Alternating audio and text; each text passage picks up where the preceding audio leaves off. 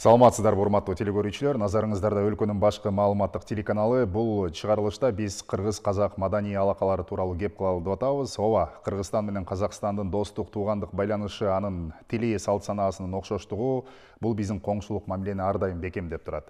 Чек арабыз чектеш жайгашып, боордош эки мамлекет саясий, экономикалык, маданий, гуманитардык жактан тыгыз кызматташып, керек болсо улам барган сайын анын жаңы барактары ачылып келет. Кыргыз-казак алакасынын достук жана союздаштык мамилелерин бекемдөөгө түрткү берген бул албетте маданий байланыштар. Мына ошол маданият өкүлдөрүнүн салымы бул багытта зор. Биз бүгүнкү чыгарылышта канатташ эки элдин маданияты кандай нукта өнүгүп жатат, мына ушул туурасында кеп кылалы деп студияга Кыргыз улуттук Манас театрынын директору Азиз Бимырза уулун чакырдык. Азиз, арыбаңыз? Бар болуңуздар. Студияга кош келиңиз. Дегенде ушул кыргыз-казак маданий алакасына өтөөрдөн мурда мен сизди куттуктаймын. Себеби ушул күндөрү жагымдуу түйшүк менен алектенип чуркап жүрөсүздөр. Жалпы улуттук Манас театрынын жамааты жаз менен бирге жарышып келген, жаңылануу, жаңы имараттуу болуп, мына буйруса мына жакында ачылышын өткөргөн турасыздар. Дегеле ушуга токтололучу, алгач толук 100% имарат бүтүп калса керек. Элибиздин бир жакшы макалы бар, жакшысын ашыр дейт го. Так ошондой бүгүн бир бүтүндөй республикабыздагы айтуучулар, бул 3 багыттагы манасчылык, дастанчылык жана төкмакындык өнөрдү алып жүрүүчүлөр, заманыбыздын залкарлары Замирбек Үсөнбаев баштаган, Жолболду Алыбаев, Рахматулла Козыкеев, Назаркул Сейдрахманов баштаган, Акылбек Серкебаев, Абдулла Нуралиев, андан бери көчтөй келгенде мына биздин ушул кыргыз маданиятынын аталыгы десек болот, Түгөлбай агай баштап, бүтүндөй айтуучулардын баардыгы төкмакын манасчы дастанчылар, энебиз эгиз эркек төрөгөндөй сүйүнүп турган кезибиз. Кыргызстандын соңку тарыхында, эгемендүү Кыргызстандын тарыхында болуп көрбөгөндөй чоң бурулуш, маданияттын өзөгү, очогу, ядросу болгон, улуттун иденттүүлүгүн аныктап турган, башка элде кездешпеген уникалдуу ЮНЕСКО тааныган шедевр өнөрлөрүн алып жүрүүчүлөрүнө мамлекет өзүнчө өргө көтөрүп берип, имаратын толук кандуу бүтүрүп, мына ертең 18 апрелде урматтуу президентибиз Садыр Нуркожоевич Казакстандагы Манас таабыстын айкелин ачканга чейин биринчи Кыргызстанда ушул манасчылыктын, дастанчылыктын, төкмакындыктын очогу болгон улуттук Манас театрынын имаратын ачып, андан кийин Астанага сапар тарткан турат. Бул жаңылыгыбызды жалпы эл менен бөлүшүп, кубанычыбызды эл менен сүйүнүчүбүздү бөлүшүп, бүгүн даярдыктардын баардыгы кызуу жүрүп аткан кез, маданият министрибиз баш болуп, президенттин администрациясы, президентибиз өзү тапшырма берип, көзөмөлүн күчөтүп, дыккат кароого өтүнүп тапшырмасын берген, Кыргыз Республикасынын башкы прокурору Токтор Алиевич Курманкул Зулуш мырза дагы так ошол жерде өзү күн түн дебей баардык көзөмөлүн Бишкек мэриясы менен чогуу бүгүн толук кандуу баардыгын карап аткан кез, чок баскан тооктой дейт, эми биз эпикалык тил менен айта турган болсок, бутубуз жерге тийбей аз чуркап жүргөн кезибиз. Бул биз үчүн өтө чоң кубаныч, чоң сүйүнүч. Мындай кубаныч чыны менен Кыргызстандын соңку тарыхында Манастын 1000 жылдыгын белгилегенде ушундай бүкүл кыргыз сүйүнгөн учур болгон, манасчылар сүйүнгөн учур болгон, Оштун 3000 жылдыгын майрамдаганда ушундай сүйүнүч болгон, кыргыз мамлекеттүүлүгүнүн 2200 жылдыгын майрамдаганда ушундай сүйүнүч болгон. Андан кийин билесиздер, 2 жылда бир өтүүчү биздин эпос фестивалдары, көчмөндөр оюндарында ушундай сүйүнүчтөр болгон. Ал эми бүгүнкү сүйүнүч бул таптакыр башка. Себеби биз классикалык маданияттын, чоң филармониянын, опера балет театрынын, кыргыз драма театрынын, маданий уюмдардын алдында жүргөн кызматкерлердин баардыгы өз алдынча аймагына карабай, аралыгына карабай мамлекеттин камкордугуна алынып, мындай бир чоң өздөрүнүн алтын уясына ээ болуп аткан кези. Көдөнүңүз көкөлөп, кубаныч чындап эле жорголоп турганы сиздин баягы аткарган ишиңизден да көрүнүп турат. Жетекчи башкарбайт, буйрук бербейт, жетекчи жамаат менен бирге иштейт дегендей, ушул аз күн калгандыгына да байланыштуу таман ташын өзүңүз кошо төшөшүп чуркап жүргөнүңүздү биз көрүп калдыбыз. Куттуктайбыз. Эми аз гана убакыт калды. Буйруса буга да биз кененирээк токтолобуз. Эми негизги темабызга өтөлү. Бул кыргыз-казак маданий алакалары. Эзелтен эки эл ушул тескейде малы биригип, түндүктүн астында башы биригип, бири-бири менен куда болуп дегендей жакын мамиледе болуп, анан негизгиси руханий маданий байланышыбыздын ушул тарыхы менен тамыры тереңдей жатат да. Бүгүн ал токтоп турбастан улам жаңы нукта, жаңы деңгээлге чыгып өнүгүп жатат. Ушул эки элдин маданияты, эки элдин керек болсо музыкалык аспаптарынын окшоштугу, өнөрлөрүнүн окшоштугу бул албетте биздин ушул ортодогу мамилени чыңдап келет. Анан ушул улуттук Манас театрына дагы казак интеллигенциясынын өкүлдөрү байма-бай келип турганын биз көрүп турабыз, сиздер барып турасыздар дегендей. Бүгүнкү күндө сиз кандай мүнөздөйсүз? Ушул байланышты кандай чындалып жатат десек болот? Дүйнөдө тили, дини, көз карашы окшош, чектеш болгон элдер көп.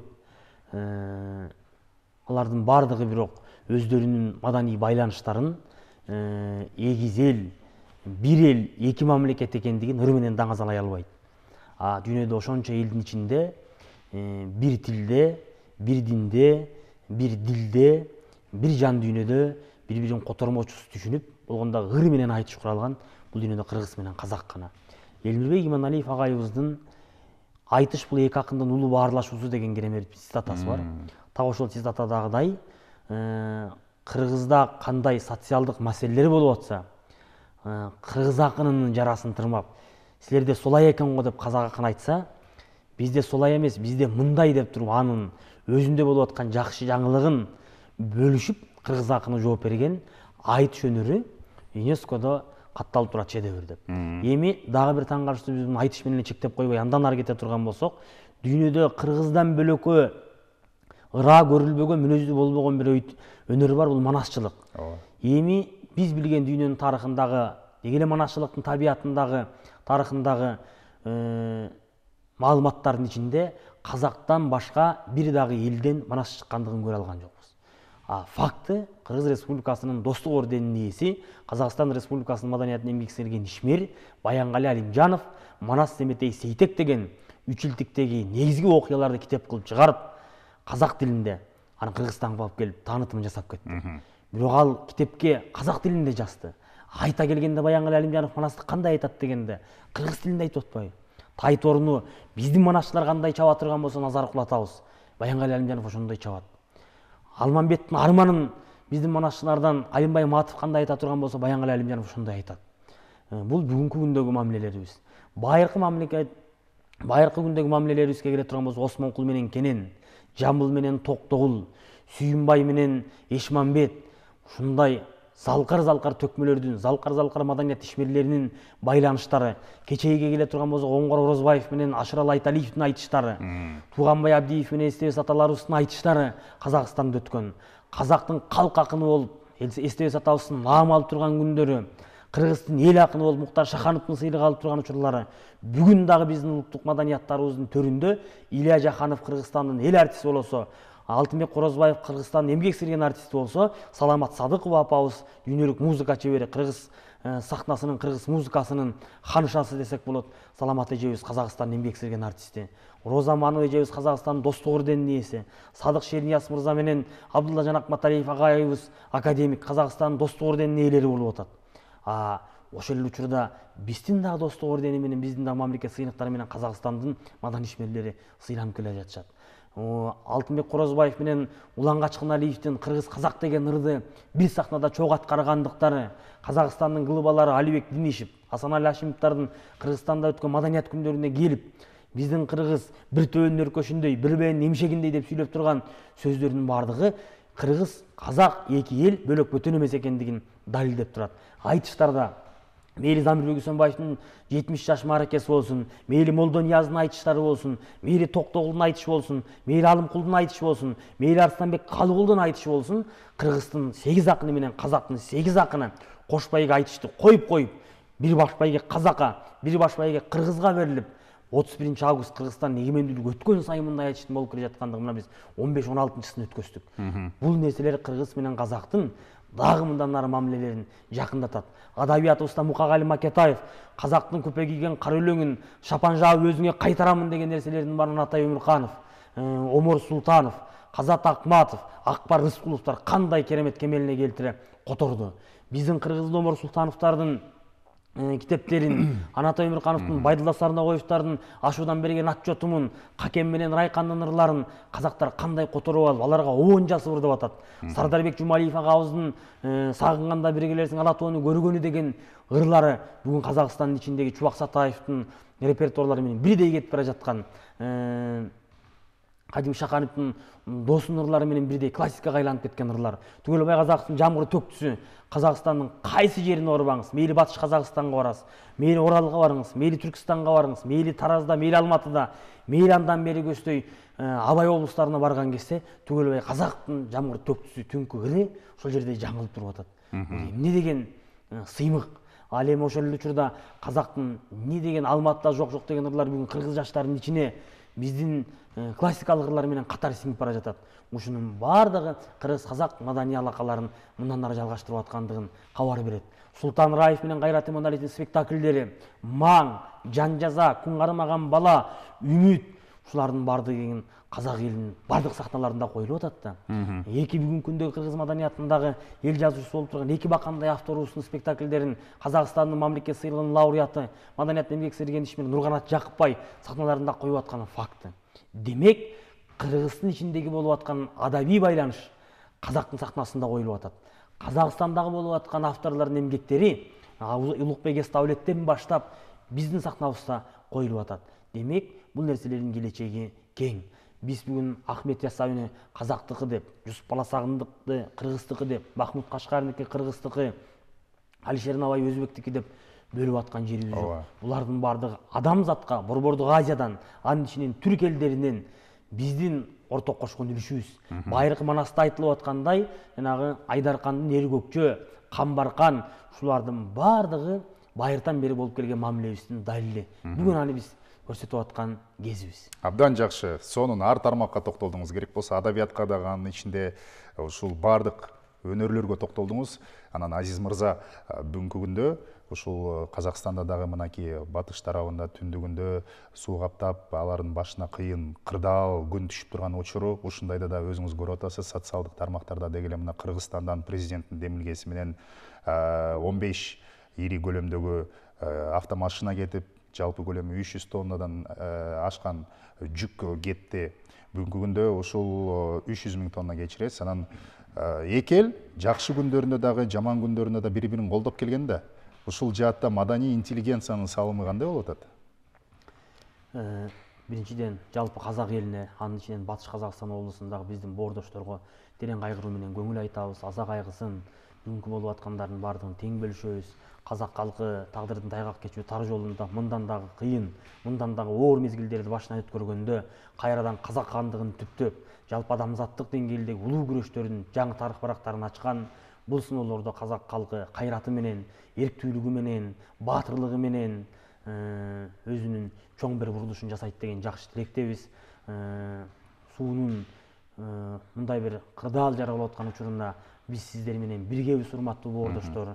Эч убакта чөкпөңүздөр. Улуу талаадагы болуп аткан мындай жагымсыз табияттын кырсыгына улуу тоону жердеген ак калпак кыргыз журту кайгыңыздарда дайыма сиздер менен бирге. Берген жардамдарыбыздын сапарындагы улан табысында эртең 18-inde президентибиз чоң топ менен дагы сапарга бара жатат. Ал жерге барганда дагы президентибиз баш болгон кыргыз интеллигенциясынын өкүлдөрүнүн айткандары материалдык болбосо дагы моралдык жактан чоң дух берген, чоң бир арка бел болгон, чоң көрүнүштү тартуулайт деп мен терең ишенем. Себеби кыйынчылыктарда мамлекет башчысы өзү ошондой учурда барып, Анастабыстын айкелин ачып, президенттер менен чогуу, эл жакшылары менен чогуу туруп андай нерселерди бөлүшүүгө билген. Эң кирүү кезекте бул адамдык уруу фактордун эч нерсе алмаштыра албайт. Биз кандай гана кырдаалдуу болбосун, кыргыз калкы чок экендигин кече дагы далилдеди, эртең дагы президент Үсени өз сөзүндө айтуу менен көрсөтөт деген жакшы тилектемин. Биздин алдыбызда казак элине карата жардамдар боюнча мындай 112 сааттык түз эфирди кыргыз, казак, деги эле түрк элдеринин баардыгы чогуу уюштурганы турат. Ал жерден чогулган каражаттардын баарын Казакстанга которолду деп атабыз. Кыргыз улуттук манас театрыбыз ачылгандан кийин бир айтыш өткөрүп, ошол айтыштан түшкөн каражатты концерт өткөрүп, концерттен түшкөн каражаттардын баарын Казакстанга которуп берели деген тилектерибиз бар. Бүгүн мынакей биздин улуттук манас театрында Түгөлбай Казаков агайыбыз, Замирбек Үсөнбаев аталарыбыз баштап, Табылды Актанов аталарыбыз, Рахматтуулла Козыкеевдер кайрылуулардын баардыгын жаздырып аткан кези. Бүгүн күнгүмгиде күн бата баардык социалдык тармактарга, элге карата биздин арка бел боло турган кайрылуулуктардын баардыгын чыгарабыз. Маданий байланышта биз алардын казак акындарынан Бауыржан Халилулла баштаган Аманжол Алтай, Муктар Ниязов, Нурлан Эсенкулов сыяктуу аксакалдардын, Аликбек Мусаев, Балгынбек Имаш, Айбек Калиев, Бекарыс Шойбековтердин сыйын далай көргөнбүз, үйлөрүндө конок болгонбуз, далай ирет байгесин алганбыз. Биз мындай нерседе кайдыгер карап тура албайбыз. Сөзсүз түрдө биздин жардамдарыбыз биринчи моралдык жактан, андан материалдык жактан жетет. Балким ошол жерлердин өздөрүнө сапар уюштуруп барып келебизби? Себеби чыны менен бүгүн Казакстанда абал оор, аны бардык жактан казак акындары менен байланышып, өнөрпоздору менен байланышып, илимий интеллигенциясы менен байланышып көрүп жаткан кезибиз. Биз казак жакшылары менен, казак эли менен бир катардабыз. Абдан жакшы. Сизге ыраазычылык айтабыз, келип маек куруп бергениңизге, ишиңизге ийгилик каалайбыз. Бар болуңуз, дагы бир жолу мындан жакын арада кийинки аптада президенттин катышуусу менен босогосун аттап, кызыл тасмасын кесип, ачайын деп турган жаңы улуттук манас театрынын имараты кут болсун дейбиз. Буюрса ошол күндөрдө дагы жакшы элге жалпы жар салып, кубанычты тең бөлүшөбүз.